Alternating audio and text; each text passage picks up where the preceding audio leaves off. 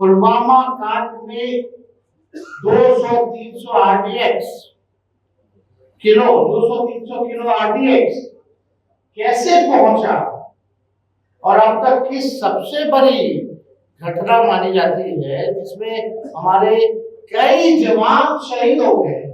सरहद पार से आतंकी देश में आ रहे हैं तो ये देश की सुरक्षा के साथ खिलवाड़, ये बहुत बड़ा सिक्योरिटी लॉस है।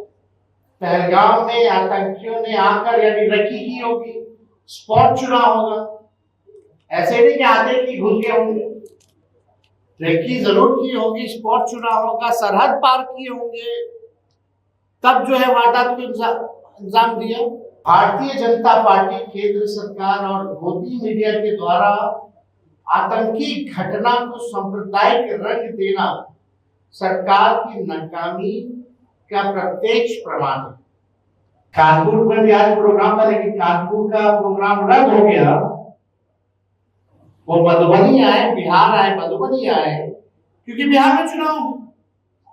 पुलवामा कांड में 200-300 आरडीएक्स किलो 200-300 किलो आरडीएक्स कैसे पहुंचा और अब तक की सबसे बड़ी घटना मानी जाती है जिसमें हमारे कई जवान शहीद हो गए, उसकी जांच का क्या हुआ, देश का हर एक नागरिक, हर एक भारतीय ये जानना चाहता है उस जांच का क्या हुआ, कौन था उसका दोषी, लापरवाही कौन, किसका फेलियर था। आप जानते हैं जम्मू कश्मीर में आतंकियों द्वारा समय समय पर बिहार के अनेक श्रमिक भाइयों की हत्या की गई। अब सरकार बताए इसका जिम्मेदार कौन। आप देखते हो जो हमारे बिहार से पलायन करके बाहर मजदूरी करने के कई लोग गए, बिहारी भाई हमारे, उनकी भी मौतें हुई, तो आखिर उसकी जिम्मेवारी कौन लेगा।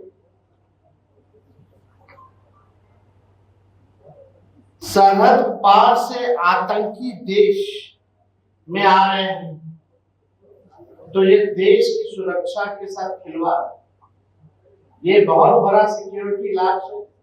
पहलगाम में आतंकियों ने आकर यानी रखी की होगी, स्पॉट चुना होगा, ऐसे नहीं कि आते ही घुस गए होंगे, रेकी जरूर की होगी, स्पॉट चुना होगा, सरहद पार किए होंगे, तब जो है वारदात को अंजाम दिया।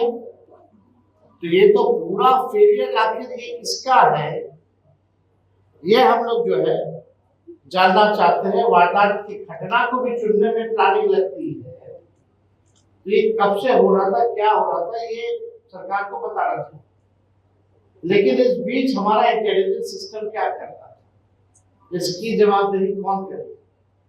भारतीय जनता पार्टी, केंद्र सरकार और मोदी मीडिया के द्वारा आतंकी घटना को सांप्रदायिक रंग देना सरकार की नाकामी का प्रत्यक्ष प्रमाण है। बीजेपी की ऐसी पहल देश, संविधान, लोकतंत्र और मानवता के लिए घातक है।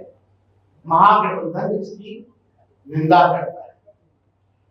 क्या बिहार सरकार ने कश्मीर में पर्यटन के लिए गए अपने नागरिकों के मदद हेतु कोई हेल्पलाइन नंबर जारी किया है? क्या अपने किसी मंत्री की तैनाती वहां की है? बिहार के नागरिकों की सुरक्षित वापसी सुनिश्चित किया है? क्या बिहार सरकार प्रधानमंत्री के राज्य में इतनी व्यस्त है कि उसे अपने नागरिकों की सुध लेने का भी समय नहीं है? तो ये जो सवाल जो है ये हम जानना चाहते हैं बिहार के अच्छे मुख्यमंत्री जी से। उनके रिटायर्ड अधिकारी जो है बिहार चला, उनके रिटायर्ड अधिकारी और जो जदयू में जो है जिनकी मानसिकता भाजपा में है, दिल और दिमाग, वैसे जदयू के टॉप लीडरशिप से भी जानना चाहते हैं कि आपने जो भी बिहारी पर्यटक अभी कश्मीर में हैं उनकी सुरक्षित वापसी के लिए आपने क्या प्रावधान किया? नागरिकों के लिए क्या कोई हेल्पलाइन नंबर आपने दिया है? किसी मंत्री या रेजिडेंशियल कमिश्नर जो दिल्ली में रहते हैं उसकी ड्यूटी आपने लगाई है? क्या बिहार निवास को भी वहां कोऑर्डिनेशन में लगाया गया है? क्या पहल की जाती है? या पूरा सरकार और इनके अधिकारी एक एक जिलाधिकारी केवल ऑर्डर निकालने में लगे कि भीड़ कैसे इकट्ठा हो प्रधानमंत्री जी के कार्यक्रम? प्रधानमंत्री जी आए, बिहार आए, और हमें पूरा विश्वास था कि बिहार को वो जरूर आएंगे क्योंकि चुनावी वर्ष है। कानपुर में भी आज प्रोग्राम था, लेकिन कानपुर का प्रोग्राम रद्द हो गया। वो मधुबनी आए, बिहार आए, मधुबनी आए, क्योंकि बिहार में चुनाव। अच्छी बात है, आते रहे, लेकिन दुख की बात यह है कि आप मधुबनी वो इलाका है जहां बिहार में सबसे ज्यादा पिछड़े हैं, गरीब हैं, वहीं से सबसे ज्यादा पलायन होता है, बेरोजगारी वही है, और बाढ़ ग्रसित इलाका है। अब तक पिछला कोसी में जो बाढ़ आया था तो माना था प्रधानमंत्री एक बार भी झांकने आए या टीम ने भेजी सर्वे के लिए कि कितना वहां नुकसान हुआ, कोई स्पेशल पैकेज दिया? बिहार जो है लगभग 76% बिहार का लैंड जो है बाढ़ ग्रसित रहता है, 76%, और खासतौर पे उत्तर बिहार का इलाका। क्या प्रधानमंत्री जी से हम जानना चाहते हैं, क्या ये सच नहीं है कि आपने पिछले बार बिहार को कुछ नहीं दिया, बाहर जब आया था तो कुछ ही नहीं, या एक बार भी 11 साल से जब से प्रधानमंत्री है बाढ़ नियंत्रण के लिए आपने कोई प्रयास किया क्या?